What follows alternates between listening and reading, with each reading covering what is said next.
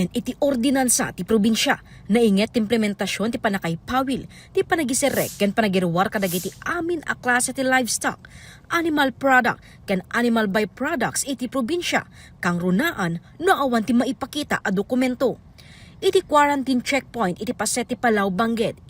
Itangal daw na para daytoy a refrigerated van ang naglaon ti chicken ken beef processed product manipod San Fernando, Pampanga ken maideliver iti Zone 5 Bangged. Kaaduan kadagiti linaon na ti chicken processed product kasi ti longganisa, coke ham, bologna ken embutido wenno pakabuklan a 435 kilos. Bitbit ti shipping permit manipod Bureau of Animal Industry ti Department of Agriculture, kampante ti area specialist asumrek ti probinsya. Actually, yung pork alam naman natin since nagka-ESF pa, di ba? Eh yung ilang year na, di ba, shipping permit lang naman pinadala namin, wala nang problema. Bali, pangatlong deliver ko ngayon taon na, tumihinto naman ako dito, wala. Ngayong taon? Oo. Minto naman ako dito, pati lahat ng quarantine, kahit lawon yun, inaano ako. On other meat and meat byproducts like beef kada digida dumapay, lalo ti processed ti birbiruken tayo gamin dita, talo nga banag, talo nga papel, DJ license to operate, DJ manufacturer, nga ited ti Food and Drug Authority, and then the Certificate of Product Registration under Food and Drug Authority matlang daytoy. Then dagitoy nga duwa isubmitar dati Bureau of Animal Industry to apply for a shipping permit.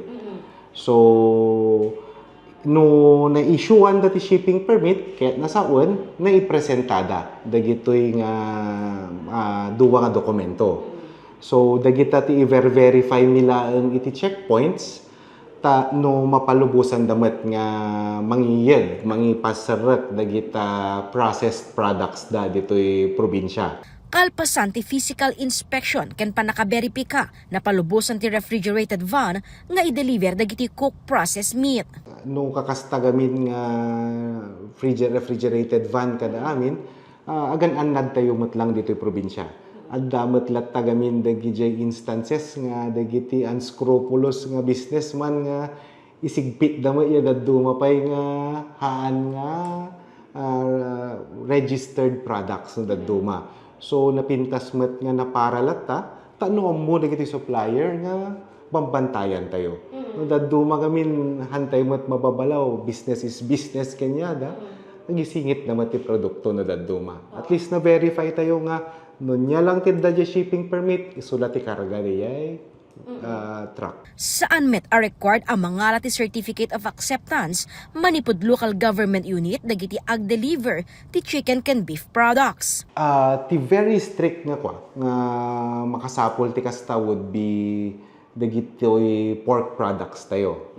Regardless no frozen, processed, cooked processed, kunana dagita hotdog kada birbirukan tayo lahat ay require tayo nga umay dagiti supplier kanya tayo di opisina no issuean tayo suda iti certificate of acceptance.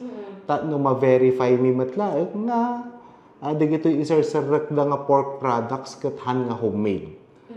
Naggapu iti kumpanya nga registrado met iti FDA. No processed products gamin tapos nagkurang da ko mati dokumento di checkpoint ket napintas met ti storage naka freezer van da met kada ipapa-return to origin mi daytoy gaputa haan met nga madadael dijay karne. Digi daduma gamin nga agisarek ti frozen meat nga agkurang ti dokumento talaga nga for confiscation kasi haan nga nasayaat ti pinangibiyahe na pardiya karnen. Maipalagip ang nairugya na ipaka ti panagala ti Certificate of Acceptance idi kangitingi ti COVID-19. Kabayatan na may sa close van ti kinama dagiti personnel ti animal quarantine iti Palaw Bangged. Gapo daytoy ti saan a panagsardeng iti baet ti panagparada. Da kami ti bubang dati ma'am. Kaya ampara kami aming kwan. Kasi mo minsan siyempre di mo mukha namin di ko. Nampara mi di jay. Tapos nagsarimadang mata moment, sardang ada dahil dapat kami malajay. bigla mo lang ngayon kuha na gilugan na. Nasiparda ito iti murdong ti Sinalang Bridge. Kuna ti driver saan na napansin ti panagpara dagiti personnel. Maibasar iti naipresenta a dokumento ti driver. Naglaon dayto ti delivery parcel ti maysa nga online shop. Babaen ti tulong ti MPS Bangen nalukatan ken na inspect ti karga na iti uneg. Agtali dagiti kargamento ken tinailista iti dokumento ken awan ti nakita nga anyaman a banag amang labsing kadagiti paganurutan ti probinsya. Dagiti tignay anay ipakat iti nagsaruno a pasamak ket gubway ti nainget apan nang salaknib iti anyaman a virus ang mabalin a sumrek iti probinsya ang makaapektar ti pagbiyagan dagiti abrenyos. Jessica Boreta, Balitang Solid North.